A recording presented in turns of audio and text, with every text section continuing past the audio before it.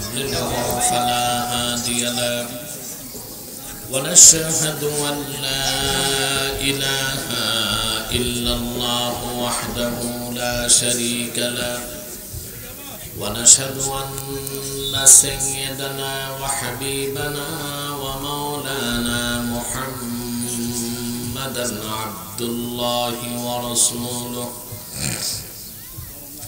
صلى الله عليه وعلى آله وصحبه وسلم الذي أكمل الله به قصر النبوة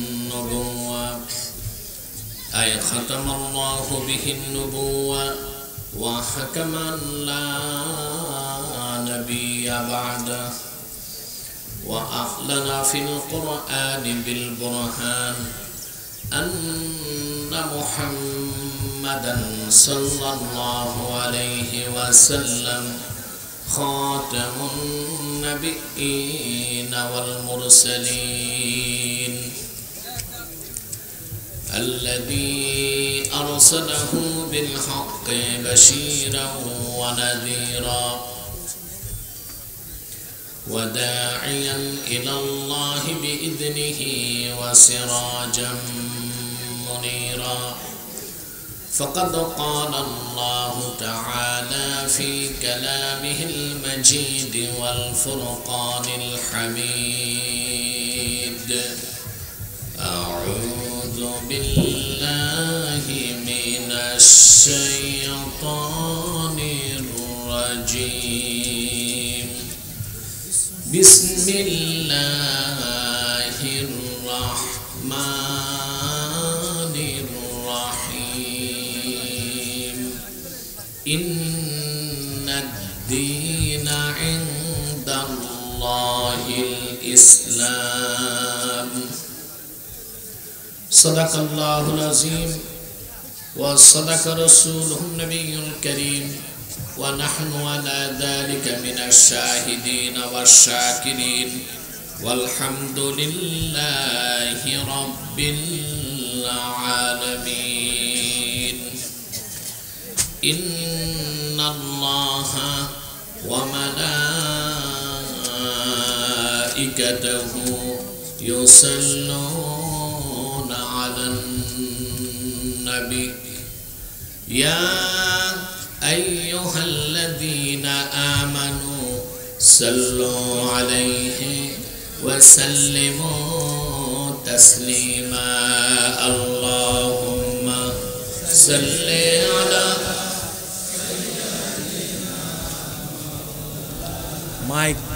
mic man के डाके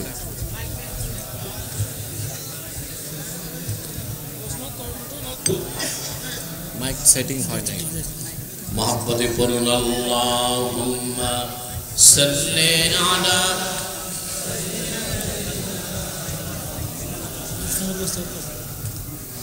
وعلى آله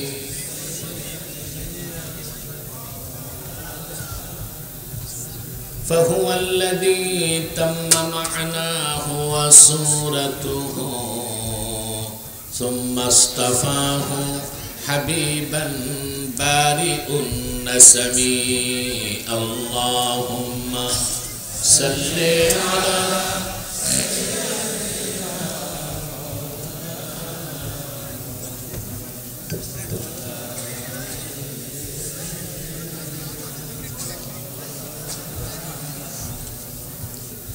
وكلهم من رسول الله ملتمس غرفا من البحر أو رشفا من الديم اللهم صل على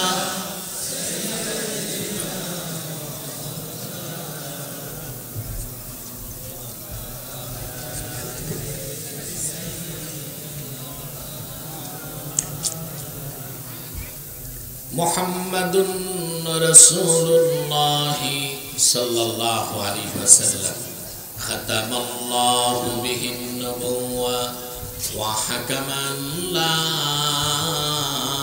نبي بعده بلغ العلا بكماله حسنت جميع خصاله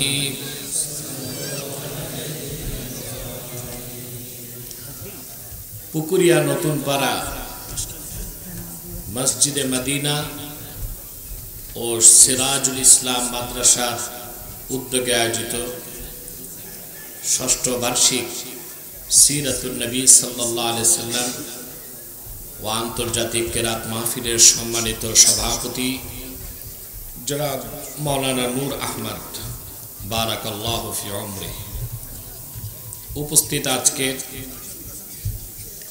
সম্মানিত উদ্বোধক আলহাজ মোহাম্মদ ইলিয়াস হাদাহুল্লাহু ইলা সিরাতিল মুস্তাকিম ওয়া বারাকাল্লাহু ফি আমওয়ালিহি ওয়া আওলাদিহি। মাইকম্যান, ইকো হবে না,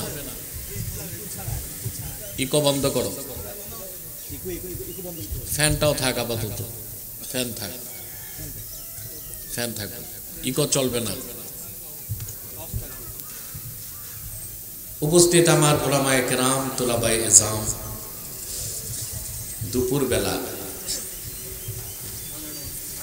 চরম ব্যস্ততায় যারা উপস্থিত হয়েছেন, এমন একটা সময়, সকালও না বিকালও না, ভর দুপুরে, ঠিক না? যারা এসেছেন তাদের সকলকে আমার হৃদয় নিংড়ানো ভালোবাসা, শুভেচ্ছা এবং অন্তরের অন্তঃস্থল থেকে মোবারক জ্ঞাপন করছি। সবটুকুন শুকরিয়া আল্লাহ সুবহানাহু ওয়া তাআলার জন্য, যিনি আমাদেরকে বরকতপূর্ণ মাহফিলে আসার ও বসার তৌফিক মেহেরবানি করে ভিক্ষা দান করেছেন। সেজন্য আসুন আমরা সকলে একবার অবনত চিত্তে হৃদয়ের আবেগ অনুভূতি উজাড় করে সমবেত কণ্ঠে বলি আলহামদুলিল্লাহ। অগণিত অসংখ্য দরুদ ও সালাম আল্লাহর সৃষ্টির প্রধান আকর্ষণ, বিশ্ব সভার সভাপতি, সকল নবী রাসূলগণের মাথার তাজ, শামসুল হিদায়াত বদরুদ্দুজা, পিছন দিক থেকে, পিছন থেকে, এই বাম পাশ থেকে, সাইয়্যিদুস সাকালাইন, ইমামুল মুরসালিন, খাতামুন নবিয়্যিন ওয়াল মুরসালিন, আফতাবে নবুওয়াত, শাহনশাহে রিসালাত, সরকারে দো জাহাঁ, সুলতানুল মদিনা, নবিয়ুল আম্বিয়া, হুজুরে আকরাম, নূরে মুজাসসাম, নূরুন আলা নূর, সাইয়্যিদিনা হাবিবিনা শফিঈনা মাওলানা মুহাম্মদ সাল্লাল্লাহু আলাইহি ওয়াসাল্লামের উপর আল্লাহ পাক যাকে আজ থেকে ১৫০০ বছর আগে প্রেরণ করেছেন সর্বশ্রেষ্ঠ সর্বশেষ নবী ও রাসূল হিসেবে, যার পরে আজ পর্যন্ত পৃথিবীতে অবশ্যই কোনো প্রকার নবী কিংবা রাসূল অবশ্যই আসে নাই, অবশ্যই এখনো নাই, অবশ্যই কিয়ামত পর্যন্ত আসবে না। সম্মানিত সুধী, আমি দুপুরবেলা আপনাদেরকে কষ্ট দিলাম। মাইকম্যান, তেলাওয়াত আর সঙ্গীতে ইকো চলে, ওয়াজ ইকো চলে না। বারবার বলবো না আমি, ইকো বন্ধ করো, ইকো, রিভার্ব, ডিলে সব বন্ধ করো, শুধু সাউন্ড। হ্যাঁ, পাহাড়ে কি হয়েছে? পাহাড় ধাক্কাবো? দুই পাশ থেকে হর্নগুলো সাউন্ড কমিয়ে দাও, স্টেজে আওয়াজ লাগবে, কোনো ইকো টিকো থাকবে না। সম্মানিত সুধী, আমার আজকের এই প্রোগ্রামটা হচ্ছে তাৎক্ষণিক। আমার আজকে নির্ধারিত প্রোগ্রাম ছিল গারাঙ্গিয়াতে, আমি যাব একটু পরে ইনশাআল্লাহ, কিন্তু আপনাদের প্রিয় নেতা সাবেক এমপি শাহজাহান চৌধুরী সাহেবের প্রবল অনুরোধ এবং আমার স্নেহের নেয়ামতুল্লাহ নিজামীর একরকম দারোগার মতো পিছু পিছু ঘুরছে। ইলিয়াস সাহেবকে তো প্রথম দেখলাম, যার একক প্রচেষ্টায় এত সুন্দর মাহফিল। আমাকে এখানে বলা হয়েছে 40 মিনিটের জন্য আসতে, আমি চিন্তা করছি 1 ঘন্টা থাকবো। আবার আমাকে নির্ধারিত প্রোগ্রামটা ধরতে হবে গারাঙ্গিয়াতে, ওখান থেকে আবার বিকেল 4টার মধ্যে ঢাকার উদ্দেশ্যে টেক অফ করতে হবে। এগুলো তো রাডার কর্তৃক নিয়ন্ত্রিত, ইচ্ছে মতো চলা যায় না। আমি আজকে আপনাদের সামনে কোরআন কারীম থেকে একটি আয়াত তেলাওয়াত করেছি, আয়াতের অংশ বিশেষ। খুব সংক্ষেপে এই অংশকে কেন্দ্র করে নির্ভরযোগ্য মুফাসসির এবং মুহাদ্দিসগণের দৃষ্টিকোণ থেকে কিছু কথা বলবো ইনশাআল্লাহ। সময়টা হয়ে গেছে মাঝামাঝি। আমি প্রোগ্রামগুলো দিনে করি সকাল 10টা থেকে 12টা, নতুবা 2টা থেকে 4টা, কিন্তু শিডিউল মিলাতে যে আপনাদেরকে এমন একটা সময় আসতে হয়েছে আমাকে, যখন এদিকও না ওইদিকও না, ঠিক কিনা? তারপর আলহামদুলিল্লাহ আপনাদেরকে যে পাইছি এটা গনিমতের মাল, আলহামদুলিল্লাহ। সম্মানিত সুধী, সাউন্ড বাড়বে। আল্লাহ সুবহানাহু ওয়া তাআলা কোরআন কারীমে ইরশাদ করেছেন, ইন্নাদ দীনা ইনদাল্লাহিল ইসলাম। আল্লাহর নিকট একমাত্র মনোনীত দিন হচ্ছে ইসলাম, ঠিক কিনা? এই বিষয়টিকে কেন্দ্র করে কিছু কথা বলতে চাচ্ছি, কারণ আমাদের দেশে দিন ইসলামের বিপক্ষে বিভিন্ন অপপ্রচার চলছে, ব্যক্তি থেকে, গোষ্ঠী থেকে, এমনকি রাষ্ট্রের উচ্চ পর্যায় থেকে। সেজন্য আমাকে সুস্পষ্ট ব্যাখ্যা জাতির সামনে তুলে ধরাটা এখন আর ফরজে কিফায়া না, ফরজে আইন হয়ে গেছে।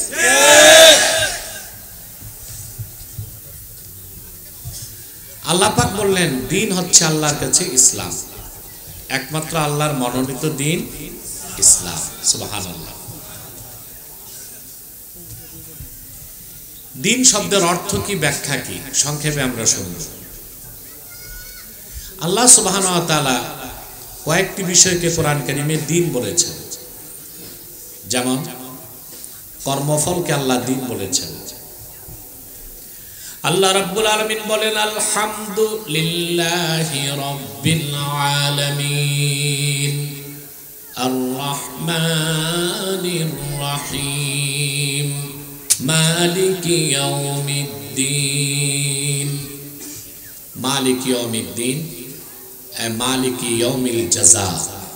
এখানে দিন অর্থ পুরস্কার, কর্মফল। দিন অর্থ কি? অর্থাৎ আল্লাহ তাআলা কর্মফল দিবসের মালিক। কথা বুঝতেছেন? একই অর্থে আল্লাহ তাআলা অন্যত্র বলেছেন, লাকুম দীনুকুম ওয়ালিয়া দীন। ওখানেও দিন অর্থ কর্মফল। As you sow so you reap, যেমন কর্ম তেমন ফল। আমাদের দেশে অনেকে লাকুম দীনুকুম ওয়ালিয়া দীনের অপব্যাখ্যা করে বলে আল্লাহ বলছেন ধর্ম যার যার, উৎসব সবার। আল্লাহ কি এই কথাই বলছেন? না, এটা চরম অপব্যাখ্যা। আল্লাহর দিন থেকে বক্তব্য দেবার জন্য দিনের সমাজ লাগবে, বুঝ লাগবে, ঠিক কিনা? রাষ্ট্রের সামান্য একটা নীতি নির্ধারণী বিষয়ে কতগুলো মিটিং লাগে, সচিবালয়ে মিটিং, মন্ত্রী পরিষদ মিটিং, ঠিক কিনা? তারপর সিদ্ধান্ত নিতে হয়। আর ইসলামের ব্যাপারে সিদ্ধান্ত যেই সেই লোক বলে দিচ্ছে, এটা শুধু অনধিকার চর্চা না, চরম অনধিকার চর্চা। দিনের একটা অর্থ হচ্ছে কর্মফল। লাকুম দীনুকুম ওয়ালিয়া দীন, ওখানে অর্থ এটাই। আল্লাহ তার হাবিবকে বলেছেন, আপনি কাফিরদেরকে বলুন যে তোমাদের শিরক কুফরের ফল তোমরা পাবা, ওয়ালিয়া দীন, আর আমি যে আল্লাহর তাওহীদের দাওয়াত দিচ্ছি এটার ফল আমি আল্লাহর কাছে জান্নাতুল ফেরদাউস পাবো। ওখানে দিন অর্থ কি? কর্মফল। আল্লাহ তাআলা ইতাআতকে, আনুগত্যকে দিন বলেছেন। যেমন আল্লাহ তাআলা বলেন, ওয়ামা উমিরু ইল্লা লিয়া'বুদুল্লাহা মুখলিসিনা লাহুদ্দিন। লাহুদ্দিন আই লাহুত তাআ। এখানে দিন অর্থ আনুগত্য। দিন অর্থ আনুগত্য। আরেক জায়গায় আল্লাহ তাআলা দিন, ঈমানকে দিন বলেছেন। কি বলছেন? যেমন আল্লাহ তাআলা বলেন, কুল আতুআল্লিমুনাল্লাহা বিদীনিকুম আই বিঈমানিকুম। আল্লাহ বললেন, হাবিব মুহাম্মদ সাল্লাল্লাহু আলাইহি সাল্লাম, আপনি আরাবীদেরকে বলুন তোমরা কি আল্লাহকে তোমাদের দিন সম্পর্কে শিখাতে চাও? এখানে দিন মানে ঈমান, অর্থাৎ তোমাদের অন্তরে ঈমান আছে না নাই ওটা আল্লাহ ভালোই জানেন। আবার দ্বীনের আরেকটা অর্থ হচ্ছে শরিয়াত, জীবন বিধান। যেমন আল্লাহ তাআলা বলেন, আল-ইয়াওমা আকমালতু লাকুম দীনাকুম ওয়া আতমামতু আলাইকুম নি'মাতি ওয়া রাদিতু লাকুমুল ইসলাম দীনা। এখানে দিন হচ্ছে শরিয়াতে মুহাম্মাদি সাল্লাল্লাহু আলাইহি সাল্লাম। এখানে দিন হচ্ছে জীবন বিধান, যে ইসলাম, যে শরীয়তকে আল্লাহ তাআলা পূর্ণাঙ্গ করে দিয়েছেন ১৫০০ বছর আগে তার হাবিবের মাধ্যমে। বলেন সুবহানাল্লাহ। তে দ্বীনের কয়টা অর্থ পেলাম আমরা? 4টা। কয়টা? আমার সাথে কথা বলে। আমরা কি মাহফিলে না কবরস্থানে? মাহফিলে। আমাকে এনভায়রনমেন্ট সাপোর্ট দিতে হবে, পারবেন না? ইনশাআল্লাহ। তে দ্বীনের কয়টা অর্থ পেলাম?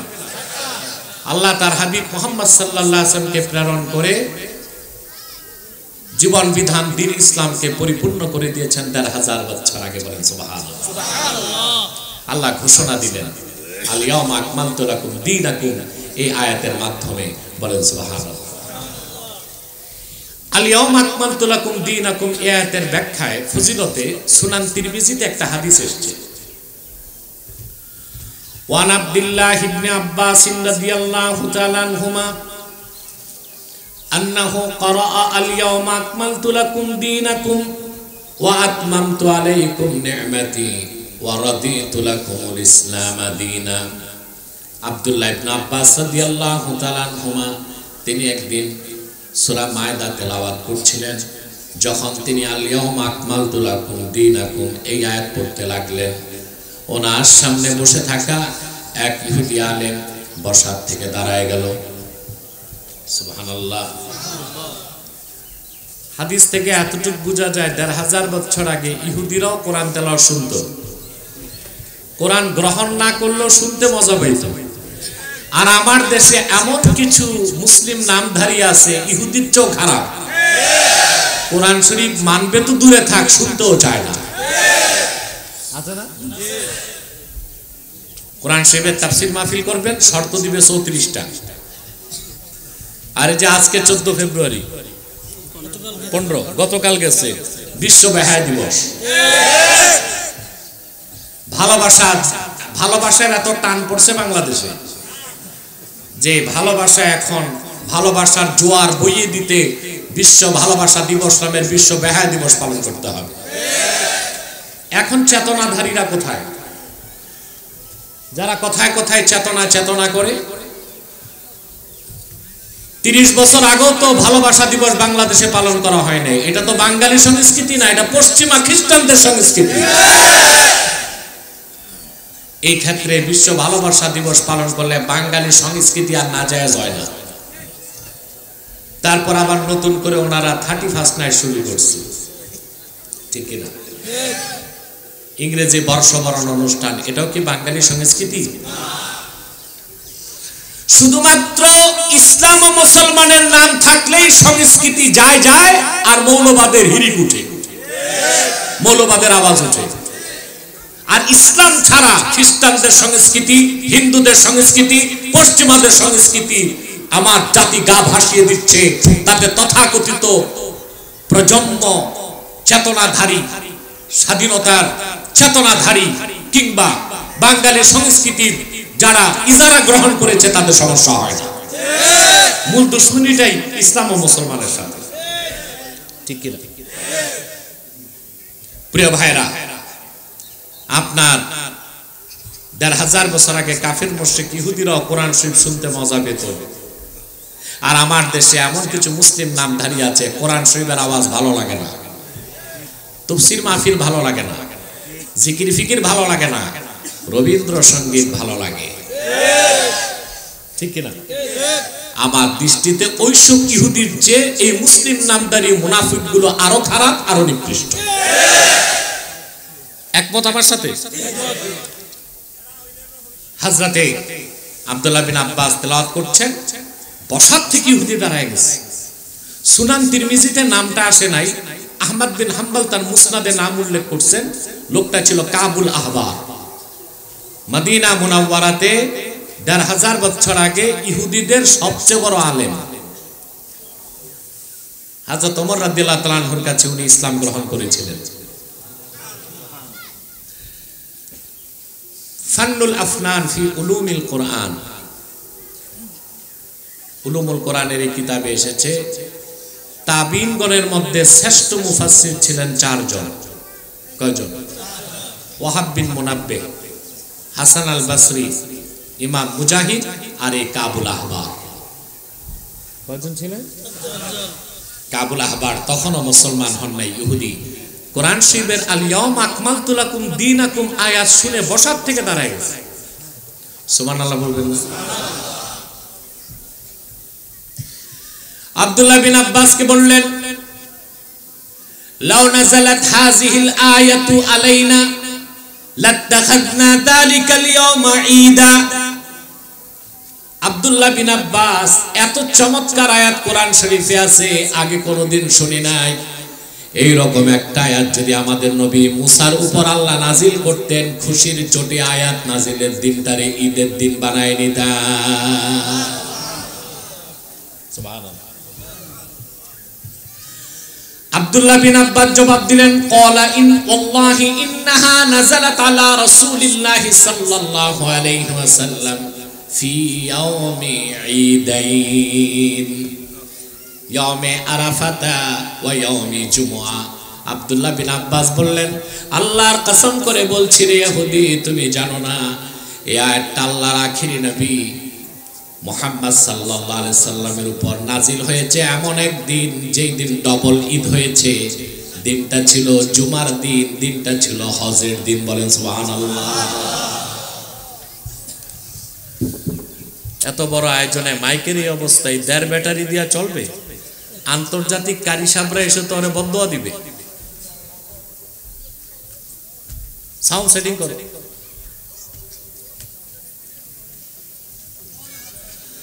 সম্মানিত সুধী, অর্ডিন্যান্সে আওয়াজ লাগবে, এখানে আওয়াজ লাগবে, দূরের আওয়াজগুলো বন্ধ করে দেখ। আমাদের তো অনেক আওয়াজ দরকার নাই, ক্লিন আওয়াজ দরকার। দূরের মাইকগুলো বন্ধ করে দেখ, ভিতরে চলে। সম্মানিত সুধী, কথা শুনতেছেন? শুধু মনিটর বাড়ালে হবে না, আমার সাউন্ডকে রিসিভ করছে না, সফট করতে হবে। দূরে মাইকের আওয়াজটা কানে লাগে, ওটা বন্ধ করতে হবে। মনোযোগ দেন আমার দিকে। আল্লাহ তাআলা দিনকে পরিপূর্ণ, যেই দিন আল্লাহর কাছে গৃহীত দিন ইসলাম, এটাকে আল্লাহ পরিপূর্ণ করে দিলেন ১৫০০ বছর আগে।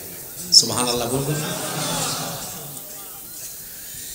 ইমামে খাজেন তাফসীর খাজেনে উল্লেখ করেন, আল্লাহর আখিরি নবী নূর নবীজি আমার মুহাম্মদ সাল্লাল্লাহু আলাইহি ওয়াসাল্লাম আজ থেকে ১৫০০ বছর আগে দুনিয়া থেকে বিদায় নিয়ে মহান আল্লাহর কাছে যাওয়ার মাত্র ৮১ দিন আগে আল্লাহর হাবিব আরাফার ময়দানে বিদায় হজ্জের ভাষণের জন্য দাঁড়িয়েছিলেন। আসর নামাজের শেষ সময়, মাগরিব নামাজের কিছু আগে রাসূলুল্লাহর সামনে ১,২৪,০০০ সাহাবী দাঁড়ায় ছিলেন। এমন সময় আল্লাহ ওহীর মাধ্যমে জানাই দিলেন, আল ইয়াউমা আকমালতু লাকুম দীনাকুম ওয়া আতমামতু আলাইকুম নি'মাতি ওয়া রাদিতু লাকুমুল ইসলাম দীনা। মানব জাতি আদম থেকে ঈসা পর্যন্ত লাখের উপর নবী রাসূলগণ দিনের দাওয়াত দিয়েছেন, দিন পরিপূর্ণ হয় নাই। ঠিক কিনা বলেন? আল্লাহ বললেন, আদম থেকে ঈসা পর্যন্ত ১,০০,০০০ উপর নবী রাসূল দিনের দাওয়াত দিয়েছেন, দিন পরিপূর্ণ করি নাই। কিন্তু আমার হাবিব আখিরি নবী মুহাম্মদ সাল্লাল্লাহু আলাইহি ওয়াসাল্লামের ২৩ বছরের মেহনতের কারণে আজ আমি দিনকে পরিপূর্ণ করে দিলাম। ওয়া আতমামতু আলাইকুম নি'মাতি, আর তোমাদের উপর আমার নিয়ামতকে পরিসমাপ্ত করলাম। ইকমালে দিন মাল ইতমাম, দিনকে আল্লাহ পরিপূর্ণ করছেন পরিসমাপ্তির সাথে। সুবহানাল্লাহ। অসমাপ্ত রেখে দিন ইসলামকে আল্লাহ পরিপূর্ণ করেন নাই। পরিসমাপ্তির সাথে দ্বীনকে আল্লাহ পরিপূর্ণ করছেন। সুবহানাল্লাহ বলবেন না? ওয়ারাদিতু লাকুমুল ইসলাম দীনা। এই আয়াতের ব্যাখ্যায় আব্দুল্লাহ ইবনে আব্বাস রাদিয়াল্লাহু তাআলা আনহুমা থেকে তাফসীর এসেছে তানবীরুল মাকবাস মিন তাফসীর ইবনে আব্বাস। ওয়ারাদিতু লাকুমুল ইসলাম দীনা আই আখতারতু লাকুমুল ইসলাম দীনান ফাকাত। আর একমাত্র সমস্ত ধর্ম তন্ত্র মন্ত্রকে রহিত করে আমি দ্বীনকে, ইসলামকে দ্বীন হিসেবে স্বীকৃতি দিলাম, মনোনীত করলাম। সুবহানাল্লাহ। আমরা আল্লাহর শুকরিয়া আদায় করি সেই দ্বীন ইসলামকে গ্রহণ করতে পেরেছি, ঠিক কিনা? কিন্তু অধিকাংশ মানুষ দ্বীন ইসলামের যে বুঝ সমাজ, এটা থেকে বঞ্চিত বাংলাদেশ, ঠিক কিনা? আমার ভাইরা, তাহলে দ্বীন বুঝতেছেন? এখন আসেন দ্বীনের ব্যাখ্যা কি। এক কথায় বলতে হয় তিনটি জিনিসের সমষ্টির নাম দ্বীন। ঈমান, ইসলাম, ইহসান, তিনে মিলে দ্বীন ইসলাম। সুবহানাল্লাহ। আল্লামা বদরুদ্দিন আইনি উমদাতুল কারি শারহ সহিহুল বুখারীতে এই তথ্যটা দিয়েছেন, ইন্নাল ঈমানা ওয়াল ইসলাম ওয়াল ইহসান ফামাজমুউ হাযিহি সালাসা আদ-দ্বীন। সুবহানাল্লাহ। ঈমান, ইসলাম, ইহসান, তিনে মিলে দ্বীন ইসলাম। আরে ভাই জোরে বলবেন না? ঈমান, ইসলাম, ইহসান, তিনে মিলে ইসলাম। পুরুষের কণ্ঠে বলতে হবে, ঈমান, ইসলাম, ইহসান, তিনে মিলে ইসলাম। এই তিনটা জিনিস যার মধ্যে চলে আসলো সে খাঁটি দ্বীনদার।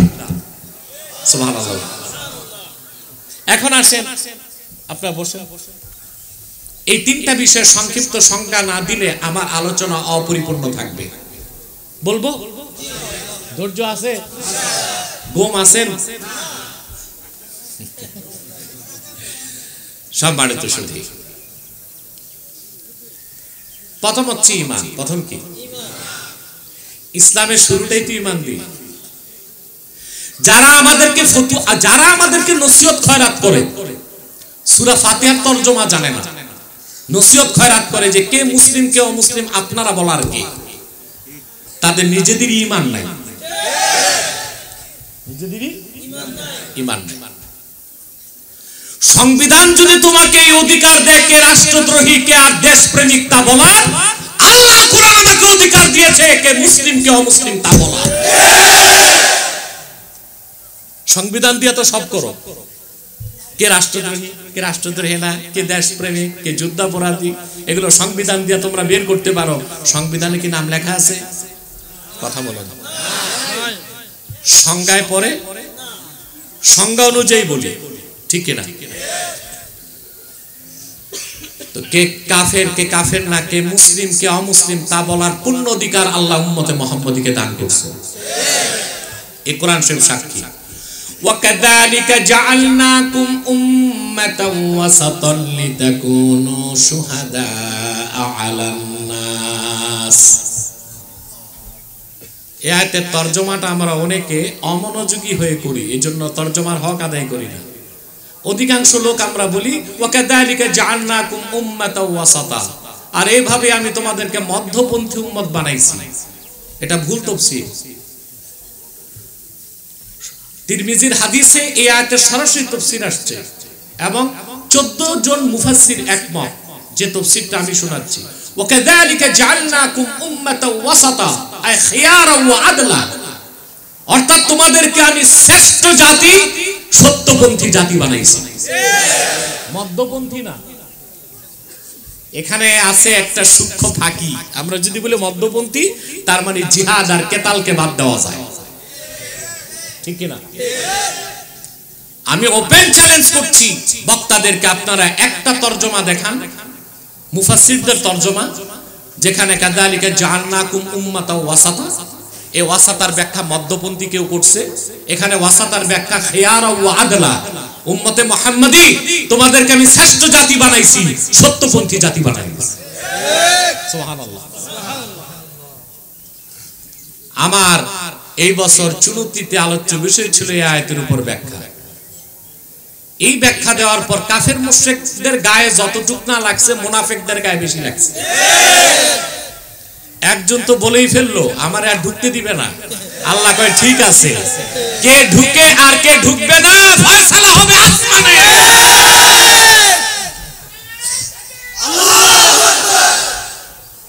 আমি তো আসছি, তুমি কই? আমি আছি, হাজারো জনতা নিয়ে বসে আছি। তোমার তো দূরবীন দিয়েও খুঁজে পাওয়া যাবে না এখন আর দক্ষিণ চট্টগ্রামে।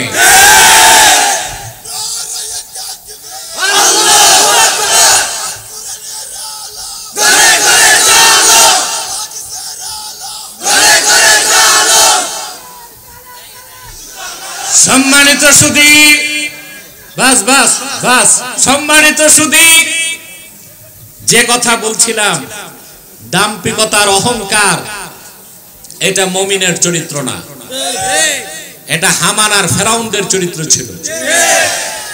ঠিক কিনা? আমি বহাল তবিয়তে আছি, আমি প্রকাশ্যে ময়দানে আছি, দিবালোকের আলোতেই আছি। তোমাকে তো এখন হয় খুঁজে পাওয়া যাবে বাঁশখালীর কোন জঙ্গলে, জঙ্গলও নাই, জঙ্গলও নাই। সম্মানিত সুধী, তো কথা খেয়াল করছেন? বলছিলাম অনেকের গায়ে লাগছে। আমি বলেছিলাম ওয়াকাযালিকা জাআলনাকুম উম্মাতাও ওয়াসাতার ব্যাখ্যা আদলাও ওয়া খিয়ারা, খিয়ারাও ওয়া আদলা। উম্মতে মুহাম্মাদীকে আল্লাহ সর্বশ্রেষ্ঠত্ব দিয়েছেন আর সত্যপন্থী জাতি বানাইছেন। কারণ পরের আয়াতে আল্লাহ বলছেন লিতাকুনু শুহাদা আলান নাস, যেন তোমরা আল্লাহর পক্ষে পৃথিবীতে সাক্ষ্যদাতা হতে পারো। এই জন্য উম্মতে মুহাম্মাদী যদি সাক্ষ্য দেয় সে কাফের, সবাই তাকে কাফের বলতে বাধ্য। যদি বলে তারা অমুসলিম, সবাই অমুসলিম বলতে বাধ্য। ঠিক কিনা বলেন? কথা বুঝাইতে পারছি? এগুলো যারা বলে ওরা আসলে নিজেদের ঈমান নাই, শুধু লেবাসটা ধরছে, লেবাসটা, খোলসটা। ঠিক কিনা? দ্বীন হচ্ছে তিনটা জিনিসের সমষ্টি। প্রথম হচ্ছে ঈমান। ঈমানের সঙ্গে এক কথায় বলতে হয় বিশ্ববরণ্য ইমাম আবু হানিফা রাহমাতুল্লাহ ঈমানের সংজ্ঞায় বলেছেন আল ঈমান হুয়া মুজাররাদু তাসদীকি রাসূলিল্লাহ, শুধুমাত্র আল্লাহর রাসূল আখিরি নবী, নবীগণের মাথার তাজ আমার নূর নবীজি মুহাম্মদ সাল্লাল্লাহু আলাইহি সাল্লামের রিসালাতকে বিশ্বাস করার নাম ঈমান। কারণ যে ব্যক্তি আল্লাহর হাবিব মুহাম্মদ সাল্লাল্লাহু আলাইহি সাল্লামের রিসালাতকে বিশ্বাস করলো সে তো 30 পারা কোরআনকে বিশ্বাস করলো। আর যে কোরআন মানলো সে তাওহীদকে মানলো, উলুহিয়াত, রুবুবিয়াত, ইবাদত, সালাত, আখিরাত সব কিছু মেনে নিল। শুধু আল্লাহর হাবিবের রিসালাতের বিশ্বাসের কারণে ঈমানের 70টা শাখা আল্লাহ বান্দার হৃদয়ে গেঁথে দিবে। সুবহানাল্লাহ। ইমাম আযম আবার ব্যাখ্যা করে দিয়েছেন ঈমানটার স্বরূপ কি হবে? বিমা জাআ বিহি মুহাম্মাদুন সাল্লাল্লাহু আলাইহি ওয়াসাল্লাম উলিমা যারুরাতান। আল্লাহর রাসূল আল্লাহর হাবিব মুহাম্মদ সাল্লাল্লাহু আলাইহি সাল্লাম ১৫০০ বছর আগে আল্লাহর পক্ষ থেকে যা কিছু এনেছেন, নাম কি? যা কিছু বলেছেন হাদিস, যা কিছু নীতি নির্ধারণ করছেন সুন্নাহ। সেই কোরআন, সেই হাদিস, সেই সুন্নাহ বিনা প্রশ্নে চোখ বন্ধ করে বিশ্বাস করার নাম ঈমান। বাস, আর কোনো সংজ্ঞার প্রয়োজন নাই। মনে রাখবেন, শুধু কোরআন মানলে আপনি মুসলমান হইতে পারবেন না, হাদিস মানতে হবে। বাংলাদেশে এখন একটা নতুন ফিতনা বের হয়েছে, আহলে কোরআন দাবিদার। নাম শুনছেন না? ওনারা শুধু কোরআন শরীফ মানে, হাদিস শরীফ মানে না। এদের বড় ঠাকুরটা আমার কাছে ধরা খাইছিল মাস 6 আগে, দেখছেন? আপনারা তো চিন্তা করছেন যে ও তো জানে আমার ঘাড়ের রোগ একটা টেরা, তা আমার কাছে গেল কেন? ও এমনি এমনি যায় না। যাওয়ার আগে ক্যান্টনমেন্ট থেকে একজন মেজরকে দিয়ে ফোন করিয়েছে নারায়ণগঞ্জের পুলিশ সুপারকে। মাইকটা খুবই বিরক্তিকর।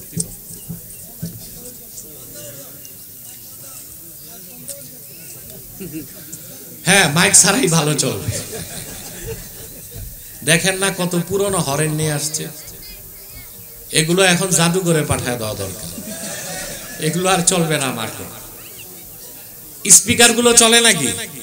স্পিকার ডিব্বা ডিব্বা চলে,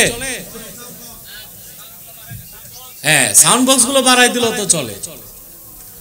সম্মানিত সুধী, খেয়াল করছেন কথা, পুলিশ সুপারকে ফোন করিয়েছে আমি আব্বাসী মঞ্জিল যাচ্ছি, 10টায় আমার কাছে আসবে, সকাল 9টায় গেছে ডিসি সাহেবের বাংলোতে, ডিসি কে রেডি করছে, এসপি কে রেডি করছে, 12 জন ফোর্স নিয়ে আমার কাছে আসছে। এসে আমার অস্ত্র দেখে কাঁপাকাঁপি শুরু করছে। আমার তার ট্যাঙ্ক আমার নাই, কিতাবপত্র, এখন বাসে বসবে না, বসাইতে যা করা দরকার করলাম, বাসে বসছে।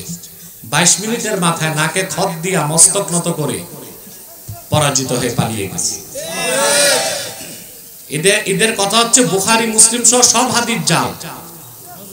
এই কথা বলার কারণে আহলে কোরআন দাবিদার, তাদের কি আর আহলে কোরআন বলা যায় না? আহলে শয়তান, বেঈমান, জিন্দিক। সৌদি আরবের উচ্চ উলামা পরিষদের ফাতাওয়া, মান আনকারা হাদিসান সহিহাম মিন আহাদিসি রাসূলিল্লাহ সাল্লাল্লাহু আলাইহি ওয়াসাল্লাম قد ثبت صحته عند المحدثين بالاتفاق فهو كافر। আল্লাহর হাবিব সাল্লাল্লাহু আলাইহি সাল্লামের একটা সহিহ হাদিস যা সকল মুহাদ্দিসের নিকট সহিহ, ওই রকম একটা সহিহ হাদিসকে যে অস্বীকার করবে সে কাফের। তাহলে হাদিসের বিশ্বাসটা মিন ওয়াজিবাতিল ইসলাম, সুন্নতের বিশ্বাসটা মিন ওয়াজিবাতিল ইসলাম।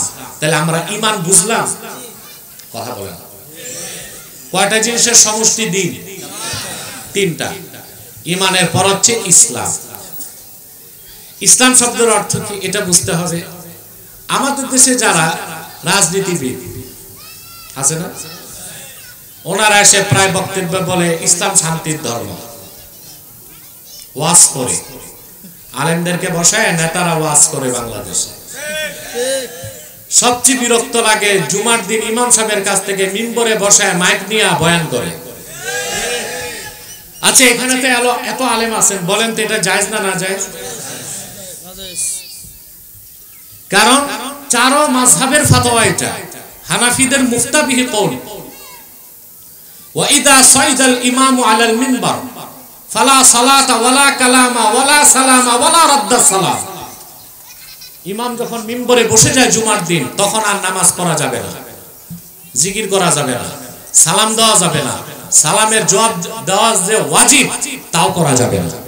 যেখানে ইমাম মিম্বরে বসার পর সালাম কালাম জিকির ফিকির জায়েজ নাই, ওইখানে কোথাকার কোন পাতি নেতা সাথী নেতা ইমাম সাহেবের কাছ থেকে মাইক নিয়ে ভোট ভিক্ষা চায়, জায়েজ হবে না? কথা বলে না না জায়েজ। ইমাম সাহেবরা কেন বাধা দেয় না? চাকরি থাকবে না, ঠিক কিনা? এই নাজায়েজ কাজটা খুব বেশি বাংলাদেশে চলে। এটা আবার অনেক সময় মসজিদ কমিটিও করে, কারণ অধিকাংশ জায়গায় মসজিদ কমিটির সভাপতি সুদখোর আর সেক্রেটারি ঘুষখোর। সত্য, সুদখোররে বানায় সভাপতি আর ঘুষখোররে বানায় সেক্রেটারি। বড় ডোনেশন দেয়, বড় ডোনেশন দেয়, সুদের টাকায় মরমর পাথরের মসজিদ বানাবা, নামাজ পড়লে নামাজ আদা হবে, কবুল হবে না। কিন্তু হালাল টাকা দিয়া খেজুর পাতার মসজিদ যদি বানাও, ইখলাসের সঙ্গে আমার আল্লাহকে সাজদা করো, তোমার এক একটা সাজদার দাম 7 আকাশের চেয়ে বেশি হয়ে যাবে। তো সভাপতি হয় সুদখোর, সেক্রেটারি ঘুষখোর। ইমাম সাহেবকে মিম্বরে বসায় জুমার দিন মাইক নিয়ে পঞ্চায়েতের কথা বলে, জায়েজ না না জায়েজ? হ্যাঁ, নেতাও কথা বলতে পারবে, সভাপতিও কথা বলতে পারবে, জুমার নামাজে সালাম ফিরানোর পরে, আগে না। আমার দেশের ইমাম সাহেবরা বলতে পারে না, ওনাদের চাকরি তো কচু পাতার উপর পানি যে টলমল করে ওই রকম। এর জন্য আপনারা মুসল্লিরা দায়ী। যখন তখন ইমামের চাকরি চলে যায়, আপনারা কেন কমিটিকে পাকড়াও করেন না? এখন থেকে ইমামের পক্ষ নিবেন। শরীয়ত বিরোধী কোন অপরাধ ছাড়া ইমামের চাকরি নিতে মুসল্লিদের ম্যান্ডেট লাগবে, মনে থাকবে। নতুবা ইমামের চাকরি কেন গেল, কমিটিকে শোকজ করতে হবে। যদি এই রকম কর্মসূচি হাতে নিতে পারেন, ইমামদের কলিজা বড় হয়ে যাবে। মিম্বরে বসে তখন তিনি কথা বলতে পারবে কোরআন সুন্নাহর আলোকে। তাতে জাতির পরিবর্তন হবে, সমাজ ও রাষ্ট্রের পরিবর্তন আশা করা যায়। ঠিক কিনা বলেন? পারবেন? নেতারা এসে বক্তব্য দেয় ইসলাম হচ্ছে শান্তির ধর্ম। এটা যদি মানেন, তে ভাঙচুর, রোডে গাডে অত্যাচার, মানুষের কল্যাণ নেন কেন? কথা বলেন। এই না বলতেছেন ইসলাম শান্তির ধর্ম, এটা বিশ্বাস করলে অশান্তি তো আপনারা রাজনীতিবিদরাই করতেছেন, টাকা চুরি আপনারা করতেছেন, আইন অমান্য আপনারা করতেছেন, মাটি দখল আপনারা করতেছেন, মেহনতি জনতার রক্ত পানি করে ঘামের পয়সা আপনারাই পাচার করেন।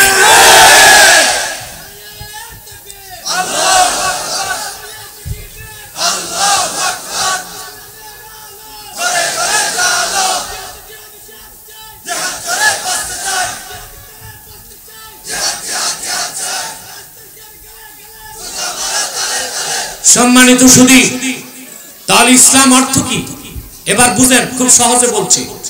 আল্লামা ফখরুদ্দিন রাজি ইসলাম শব্দের ব্যাখ্যায় লেখেন, ওয়া আসলুহু মিনাস সিলমে হুয়াল ইনকিয়াদুজ যাহির মাআ শারতে ইনকিয়াদিল বাতিন। ঈমান আনার পরে বাহ্যিকভাবে আল্লাহর আনুগত্য গ্রহণ করার নাম হচ্ছে ইসলাম। আগে ঈমান, তারপরে ইসলাম। ঈমান নাই, ইসলামও নাই। ইসলামের শুরুটাই ঈমান দিয়ে। সেই জন্য কেউ যদি কুফর করে তাকে আমরা কাফের বলি, আর কাফের কোনোদিন মুমিন হতে পারে না, আর মুমিন না হয়ে মুসলিম হওয়া যায় না। সহজ কথা। তো যারা আমাদেরকে নসিহত খয়রাত করে যে কে মুসলিম কে অমুসলিম, এটা তো হাসুরি বিচার হবে, তো চোরের বিচার করি কেন? কে চোর কে ডাকাত, এটার বিচারও তো হাসরে হবে। কথা বলে না, হবে না? হাসরে কি শুধু বিচার হবে মুসলিম আর অমুসলিমের? না, সবার বিচার হবে। তা হাসরের অপেক্ষায় যদি থাকি, তা আইন আদালত বন্ধ করে দেন, সংসদ বন্ধ করে দেন, যত চাকরিজীবী আছে জজ ম্যাজিস্ট্রেট চাকরি নিয়ে নেন। না, দুনিয়ার হিসাব দুনিয়াতে, দুনিয়ার বিচার দুনিয়াতেই হবে। যে কাফের তাকে কাফের বলতে হবে, যারা অমুসলিম তাদেরকে অমুসলিম বলতে হবে। প্রথম হচ্ছে ঈমান, তারপরে ইসলাম। ঈমান হচ্ছে আভ্যন্তরীণ আনুগত্য, ইসলাম হচ্ছে বাহ্যিক আনুগত্য। ঈমান আনার পরে আপনি যখন শরীয়তে মুহাম্মাদিয়াকে মেনে নেবেন, এটাই ইসলাম, আপনি মুসলিম। আমি বুঝাতে পারলাম? 3 নাম্বার হচ্ছে ইহসান। সুবহানাল্লাহ। হযরত জিবরিল আল্লাহর হাবিবকে জিজ্ঞেস করেছেন, ওয়ামাল ইহসান, ইহসান কি? আল্লাহর হাবিব বলেছেন, আনতা আবুদাল্লাহ কান্নাকা তারাহু ফা ইন লাম তাকুন তারাহু ফা ইন্নাহু ইয়ারাক। তুমি আল্লাহর ইবাদত করবে এমন ভাবে যেন তুমি আল্লাহকে দেখছো। যদি মনে করো আল্লাহকে দেখতে পাচ্ছ না, অবশ্যই বিশ্বাস রাখবা আল্লাহ তোমাকে দেখছেন। একটা মুরাকাবা আর একটা মুশাহাদা, এখানে আসলেই তো পীরি মুরিদের প্রয়োজন হয়। আমরা হক্কানি পীর মাশায়েখদেরকে সমর্থন করি, আল্লাহ দ্বীনের খেদমতে তাদের অবদান অনেক বেশি। আপনি দক্ষিণ চট্টগ্রামেই দেখেন, এই দক্ষিণ চট্টগ্রামের মাটি একটা উর্বর মাটি ইসলামী আন্দোলনের জন্য। এই উর্বর মাটি প্রস্তুত করছেন কারা? কয়েকজন ব্যক্তি, যারা সৈয়দ আহমদ বেরেলভী রাহমাতুল্লাহর উত্তরসূরি, আজমগরি রাহমাতুল্লাহর কাছে তাসাউফ তরিকত শিখছেন, বাইতুল শরফের মরহুম পীর সাহেব, চুনুতি শাহ সাহেব, ওইদিকে মালেক শাহ, এইদিকে গারেঙ্গিয়ার পীর সাহেবরা। ঠিক কিনা বলেন? বছরের পর বছর, যুগের পর যুগ তারা মানুষকে নীরব বিপ্লবের মাধ্যমে দক্ষিণ চট্টগ্রামকে ইসলামী আন্দোলনের পক্ষে একটা ক্ষেত্র বানাই দিয়েছে। ঠিক কিনা? আবার ভণ্ড পীরও আছে, আছে না? বাংলাদেশে 1,98,000 ভণ্ড পীর আছে। এটা সরকারি হিসাবে। কি হিসাবে? সরকার যখন আইডি কার্ড বানাইছে তখন ফর্ম পূরণ করতে হয়েছে। ফর্ম পূরণ করতে যে 1,98,000 পীর লেখছে, পেশা হচ্ছে পীরানি। তখন সরকার পেয়ে গেছে যে কমার্শিয়াল পীর আছে 1,98,000। জানি না সামনে ট্যাক্স লাগায় কিনা। হ্যাঁ, ট্যাক্স লাগাইলে কিছু আয় রোজগার বাড়তো, এনআরবির কিছু আয় হইতো। ঠিক কিনা? এখন বলেন যে পিসাব পেশা লেখছে পীরানি, ওটা কি হক্কানি পীর না ব্যবসায়ী পীর? তাহলে 1,98,000 ভণ্ড পীর দেশে আছে, হক্কানি পীর যে নাই তা না, আছে, সংখ্যা এত কম, খুঁজতে এখন দূরবীন লাগে। ঠিক কিনা? আল্লাহ ওয়ালা হক্কানি পীর মাশায়েখ যারা তরিকত তাসাউফ শিখায়, তারা আপনাকে মুশাহাদা শিখাবে, মুরাকাবা শিখাবে। এটাও নসে কোরআন ও নসে হাদিস দিয়ে প্রমাণিত করেছে।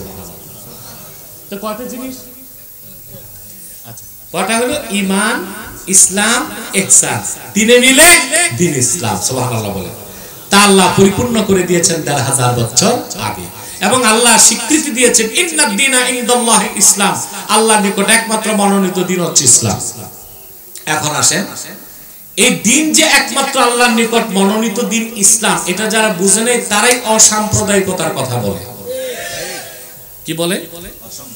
বলে এটা কেমন কথা, একটা দেশে সব ধর্মের লোকই থাকবে। আরে থাকুক না সব ধর্মের লোক, সমস্যা কি? কিন্তু দ্বীন একটাই মানতে হবে, আল্লাহর কাছে মনোনীত দ্বীন একটা।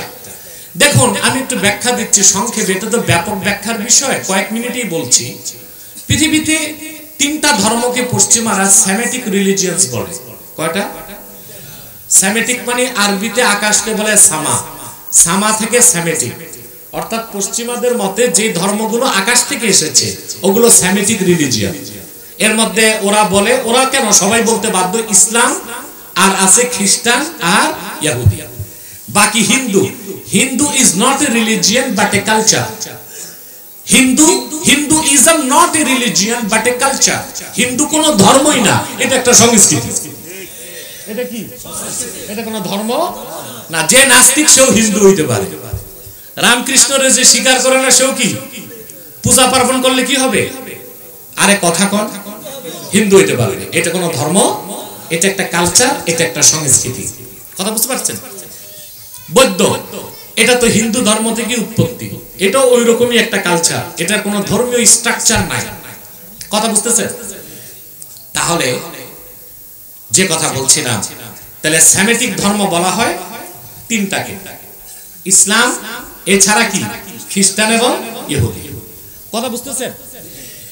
হ্যাঁ, ওগুলো সেমেটিক ধর্ম বললেও এখন আর সেমেটিক নয়, ওই ধর্মগুলো রহিত হয়ে গেছে, বাতিল হয়ে গেছে, আল্লাহ বাতিল করে দিয়েছেন। এই জন্য ইসলাম ছাড়া অন্য কোন পূর্বের ধর্ম থেকে ভালো কিছুও নেওয়া যাবে না। আমার কথা বুঝেন নাই? আমাদের দেশে একটা নতুন ফিতনা চালু হয়েছে, ইন্টারফেথ, জানেন তো? আন্তধর্ম, আন্তধর্মীয় মতবাদ। কিছু দেশে স্কলার নামের স্ক্রু ড্রাইভার আছে, ওনারা কি করে জানেন?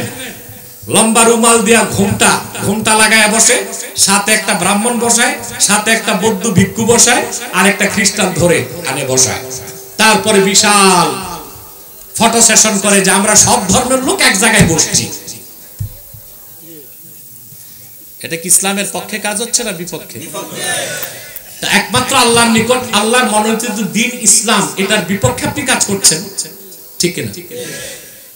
কোন হিন্দু, বৌদ্ধ, খ্রিস্টান তাকে মানবিক সাহায্য করা যাবে যদি তার খাদ্যের অভাব হয়, খাদ্য দিতে পারবেন, ঘর না থাকলে ঘর বানায় দিতে পারবেন।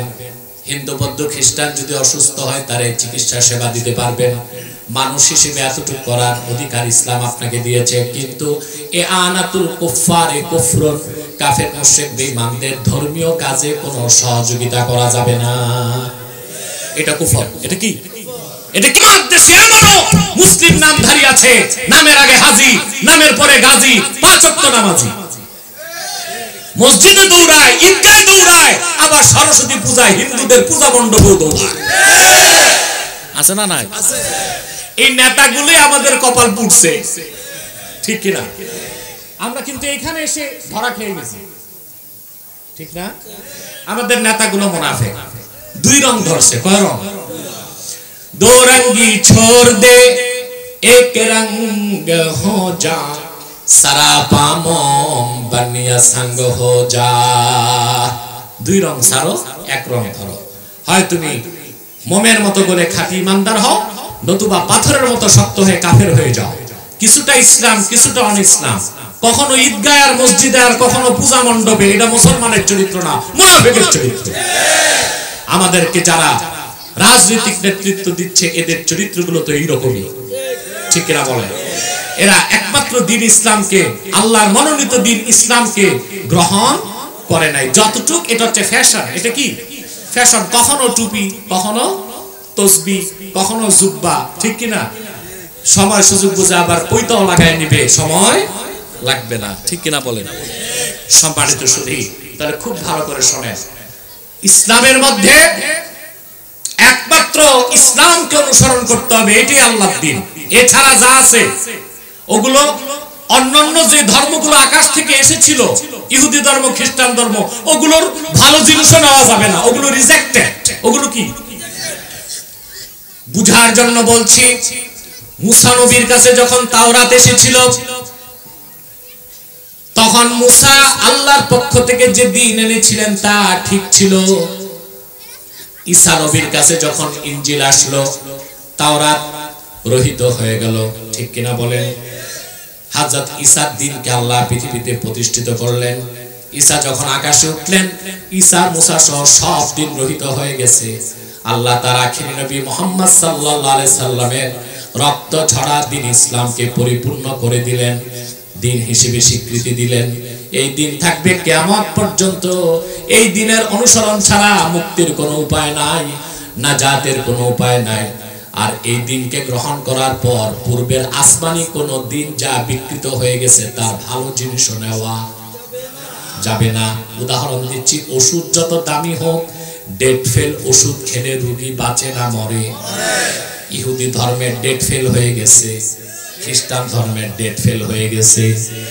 মেয়াদ উত্তীর্ণ ওষুধ খেলে রোগী কখনো ভালো হয় না, তাড়াতাড়ি মরে যায়, তাড়াতাড়ি মরে যায়। তাহলে সেমেটিক ধর্ম, সেমেটিক রিলিজিয়ন হিসেবেও ইহুদি ধর্ম রিজেক্টেড, খ্রিস্টান ধর্ম রিজেক্টেড। তাওরাত মেয়াদ উত্তীর্ণ, ইনজিল মেয়াদ উত্তীর্ণ। তাওরাত নামে এখন কিচ্ছু নাই, ইনজিল নামেও কিচ্ছু নাই। আছে যেটা ওল্ড টেস্টামেন্ট এবং নিউ টেস্টামেন্ট। বাইবেল নামে উপরে লিখে দিয়েছে ইনজিল শরীফ, ওইখানে ইনজিলের রসইও নাই, রসইও পুরা রিজেক্টেড। ওখান থেকে কিছু নেওয়া যাবে না, শুধুমাত্র দ্বীন ইসলাম। সুবহানাল্লাহ বলে। আল্লাহ বলেছেন ইন্না দীনা ইনদাল্লাহিল ইসলাম, আল্লাহর নিকট একমাত্র মনোনীত দ্বীন হচ্ছে ইসলাম। আমরা ইসলামকে নিয়ে বেঁচে থাকতে চাই। এই শরীয়ত, এই দ্বীন ইসলামের অন্যতম একটা অংশ হচ্ছে শরীয়ত। সেই শরীয়তের বিধান মানতে হবে ব্যক্তি জীবনে, সমাজ জীবনে, রাষ্ট্র জীবনে। আমরা দিনদাররা ব্যক্তি জীবনে শরীয়ত মানি, রাষ্ট্র জীবনে মানি? কথা বলেন। শরীয়তের বিধান হচ্ছে যে নামাজ পড়বে না তারে পানিশমেন্ট লাগাও। কি করো? আমরা বেনামাজিকে পিঠের মধ্যে হাত বুলায়া মসজিদে ঢুকাই। শরীয়তের হুকুম তো এতটুক না, শরীয়তের হুকুম যে নামাজ পড়বে না তাকে বেত্রাঘাত করো। কি করো? আমরা কি শরীয়তের হুকুম মানতেছি? মোটামুটি আমরা সবাই হানাফি, কিন্তু ইমাম আবু হানিফার সব ফতোয়া বলি, একটা ফতোয়া ওয়াজে বলি না। বলবো আমি? কথা বলে না। ইমাম আযমের ফতোয়া, ইন্না তারিকা সলাতি লা ইউকাফফার ওয়া লা ইউকতাল ওয়ালাকিন ইউহবাসু ওয়া ইউদরাবু হাত্তা ইউসাল্লিয়া। আবু হানিফার ফতোয়া, বেনামাজিকে কাফের বলা যাবে না, হত্যা করা যাবে না, তবে অ্যারেস্ট করতে হবে। তারপর তাকে প্রতিদিন নামাজ শুরুর আগ পর্যন্ত পেট দিয়া লাগাইতে হয়। ঠিক কিনা? এটা হানাফি মাযহাবের ফতোয়া যে বেনামাজিকে বেত্রাঘাত করতে হবে। আর আমরা বেনামাজিদেরকে ভোট দিয়ে নেতা বানায় সংসদে পাঠাই। আমাদের জীবনে কত বড় ফাঁক চিন্তা করেন। একদিকে বলতেছে সুন্নি মুসলমান, আবু হানিফার অনুসারী, আর আবু হানিফা ফতোয়া দিয়ে গেছে, এটা ভুলেও আমরা ওয়াজে বলি না, কারণ শ্রোতা কমবে, দাওয়াত আর থাকবে না, পিসাব মুরিদ খুঁজে পাবে না। ঠিক কিনা? অথচ ইমাম আযমের ফতোয়া বেনামাজিকে অ্যারেস্ট করো আর কি করো। আর আমরা কি করি? বেনামাজিকে ফুলের তোড়া দিয়া, বড় তোরণ নির্মাণ করে, লাল কার্পেট গালিচা সংবর্ধনা দিয়া, ভোট দিয়া নেতা বানায়। কত নিকৃষ্ট কাজ করছে আমরা। এখন তো আর বেনামাজি না, হিজড়াও সংসদে যাওয়ার উপক্রম হয়েছিল, দেখছেন না? রংপুরে, রংপুরে আরে হিজড়া মহিলা 22,000 ভোট পেয়েছে। আমি আর তার বিপক্ষে ছিল হেভি ওয়েটেড পারসন। জানেন তো কে? কথা বলে, হ্যাঁ, নামটা নাই কইলেন। আমি বুঝি না, এত বড় নেতা তার কমন সেন্স নাই। দর কষাকষির সময় বলবে না যে আমারে কার সাথে দিচ্ছে। আমারে দিচ্ছেন কার সাথে? আল্লাহ তার কপাল ভালো রাখছে, পাস করছে, নতুবা ফাঁসি দেওয়া ছাড়া উপায় থাকতো? কথা তো হিজড়ার কাছে হারছে, ঠিক কিনা? তাহলে এই হিজড়া মহিলাটা ভোট পাইছে 22,000। সারা বাংলাদেশে হিজড়াদের ভোট আছে মাত্র 852টা। কতটা সারা দেশে? আর মহিলা রংপুরের একটা আসনে 22,000 ভোট পাইছে। তাহলে দেখা যায় বাকি ভোটগুলো দিছে পুরুষরা। যে এলাকার পুরুষরা একটা হিজড়া মহিলাকে আইন প্রণেতা হিসেবে সংসদে পাঠাতে চায়, ওই এলাকার পুরুষদের পুরুষত্ব নিয়ে আমার সন্দেহ আছে। আজকে কতটা এগুলো আমাদের দেশের ক্রাইসিস। এগুলোকে যদি আমরা ঠিক না করি তাহলে আমরা আমাদের কাঙ্ক্ষিত লক্ষ্যে পৌঁছতে পারবো না। অতএব নেতৃত্বের গুণাবলী কি, সেই আলোচনা আজকে আমার বিষয় না। আমি শুধু দিন ইসলামকে কিভাবে অনুসরণ করব, দিনের ব্যাখ্যা দিলাম, দিনের অনুসরণ কিভাবে করব, আর 1-2 মিনিট বলবো, তারপর আপনাদের ছেড়ে দেবো, আপনারা যোহর নামাজ পড়বেন ইনশাআল্লাহ। ঠিক আছে না? সম্মানিত সুধী, তাহলে ইমাম আজমের ফতোয়া হচ্ছে বেনামাজি শাস্তি কি? অ্যারেস্ট। তারপরে বেত্রাঘাতটা হচ্ছে হুদুদ না, তাজির, জাস্টিস। জজ যে রায় দেয়, 10 বেত হইলে 10 বেত, 3 বেত হইলে 3 বেত, বেত খাইতেই হবে বেনামাজি, ঠিক কিনা? এখন আমরা কি বেনামাজি যারা তাদেরকে বেত্রাঘাত করতে পারি? মনে করেন আজকে জোহর নামাজের পর বাজারে যে যদি দেখা যায় বেনামাজি একটা আছে, এলাকার সবচেয়ে খারাপ মানুষ, দুর্মুজ বাহিনীর কেউ আছে না? মনে করুন হকি স্টিক বল্টু, এই চোরটাদের এই নাম নিতে হয় বাংলাদেশে, হকি স্টিক বল্টু, প্লাস্টিক সল্টু, এরকম একটারে ধরে এলাকার কোন পীর সাহেব বেত লাগাইছে, 3টা নামাজ পড়ে নাই, পীর সাহেবের জুব্বা থাকবে? পীর সাহেব বাদ দেন, এলাকার চেয়ারম্যান যদি 3টা বেত লাগায়, চেয়ারম্যানই থাকবে? তাও বাদ দেন, যদি পার্লামেন্ট মেম্বারও বেত লাগায় নামাজ না পড়ার অপরাধে, সংসদে তাকে ইমপিচ করা হবে যে এই এমপি তো মৌলবাদী, সে আফগানিস্তান থেকে আসছে, ঠিক কিনা? তাহলে আমরা কি শরীয়তের হুকুমটা ব্যক্তি জীবনে মানতেছি, রাষ্ট্র জীবনে মানতেছি? সেজন্য ইসলামী হুকুমত প্রতিষ্ঠা করাটা ফরজ, এবং সেটা খেলাফতের আদলে। তবে তার আগ পর্যন্ত আমরা চাই একটি শক্তিশালী দল ইসলাম ও মুসলমানের পক্ষে কথা বলার জন্য সংসদে থাকুক। কথা বুঝতে পারছেন? অতএব আল্লাহর দ্বীনকে আমাদের অনুসরণ করতে হবে, বিশ্বাস করতে হবে, দ্বীন মোতাবেক চলতে হবে। রাজি আছেন? আর আল্লাহর দ্বীনের ব্যানারে আমরা ঐক্যবদ্ধ হয়ে যাব। আমার একটা দর্শন সঙ্গীতের মাধ্যমে নেয়ামতুল্লাহ নাজামি তুলে ধরছে। আমরা কেউ আওয়ামী লীগ, কেউ বিএনপি, কেউ জাতীয় পার্টি, কেউ জামাত, কিন্তু আমাদের সবচেয়ে বড় পরিচয় আমরা মুসলমান। মাসলাক যার যার, দ্বীন ইসলাম সবার। বলেন মাসলাক যার যার, মাসলাক যার যার। আমরা সকল মাসলাকের মুসলমান ঐক্যবদ্ধ হয়ে যাব আল্লাহর দ্বীনের পক্ষে। রাজি আছেন? বাংলাদেশে 50 বছর যাবত দেশের মুসলমানরা দাবি করে আসতেছে কাদিয়ানীদেরকে অমুসলিম ঘোষণা করা হোক, কিন্তু কোন সরকার আমাদের কথা শুনে না, কারণ আমরা ঐক্যবদ্ধ হইতে পারি না, ঠিক কিনা বলেন? অতএব আমাদের ঐক্যবদ্ধ হয়ে মুসলমানদের মৌলিক দাবিগুলো আদায় করে নিতে হবে। কাদিয়ানীদের পক্ষে যারা দালালি করে তাদেরকে আমরা কাফের বলি।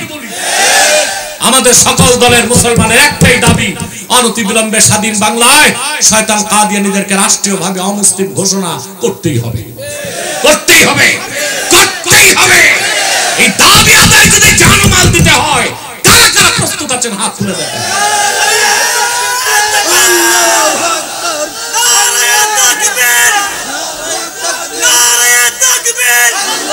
সম্মানিত সুধী, সম্মানিত সুধী, আমি আর কথা বলছি না, এখন বিদায় নিচ্ছি। এত বড় বরকতপূর্ণ মাহফিল, আপনারা দিনের বেলায় এসে মাহফিলটা সফল করে দিয়েছেন, আলহামদুলিল্লাহ। আপনাদের ঋণ আমি শোধ করতে পারবো না। এখানে বাংলাদেশের অনেক স্টার আলেম, সেলিব্রিটি আলেম আসবে, তারা রাতের বেলা, আপনারা আসবেন রাতে। আগামীকাল আন্দরকিল্লা শাহী জামে মসজিদের খতিব আল্লামা সৈয়দ মোহাম্মদ আনোয়ার হোসেন তাহের জাবির আল মাদানী বারাকাল্লাহু ফি উমরি, তিনি থাকবেন। বিশ্বের বিভিন্ন প্রান্ত থেকে বড় বড় কারীরা আসবেন, আপনারা থাকবেন। আমি ইলিয়াস সাহেবকে অন্তরের অন্তঃস্থল থেকে মোবারক জ্ঞাপন করছি, যিনি তার মায়ের আত্মার মাগফিরাত কামনা এত সুন্দর মাহফিলের আয়োজন করেছে।